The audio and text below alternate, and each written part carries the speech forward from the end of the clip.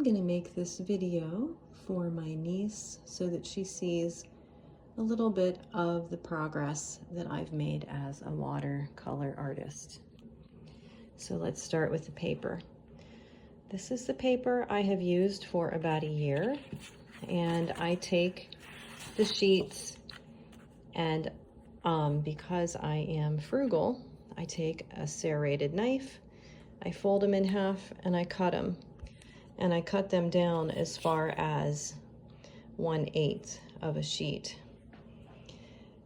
I just started using this brand of paper, and there's only 12 sheets and it was $20 on Amazon.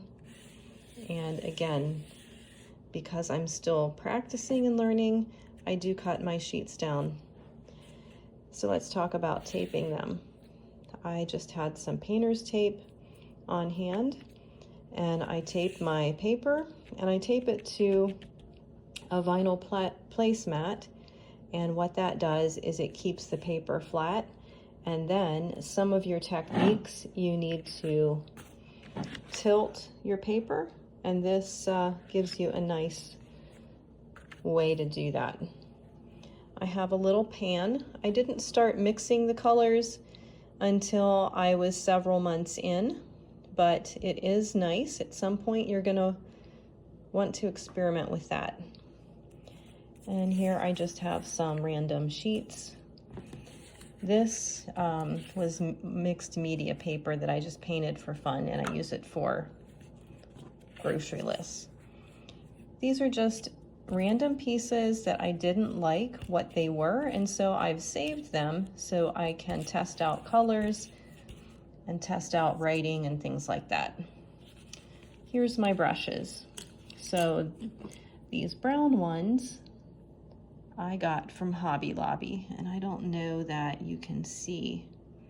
They're called Master's Touch. So I have some brown ones. I only have one out right now. This was a set, I believe, of acrylic brushes, but I use them randomly.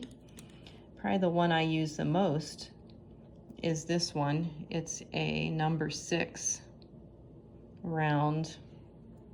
My video's not focusing well.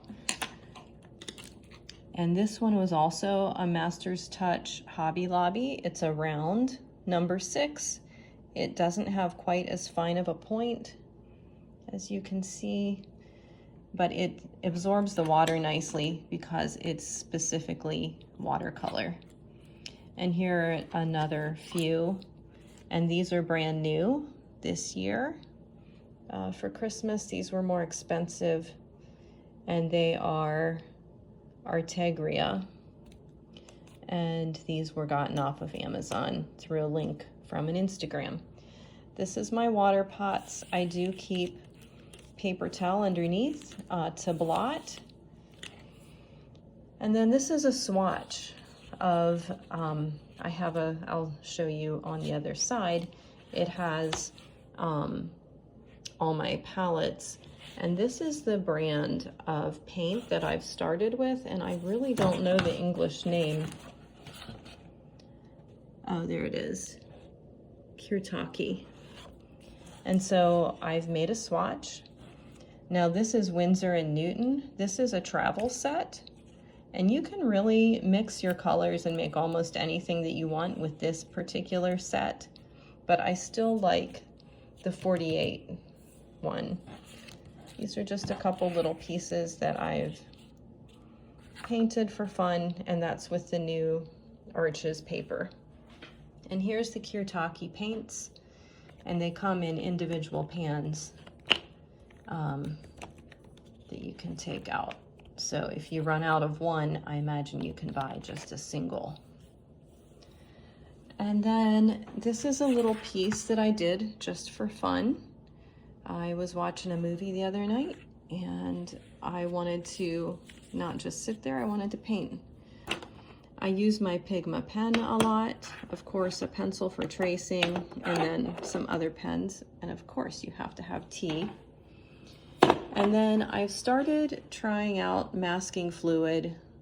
So we have this brand, and the Winsor & Newton. I'm not sure which one I like better, but that is if you want to like draw this on your paper like a moon.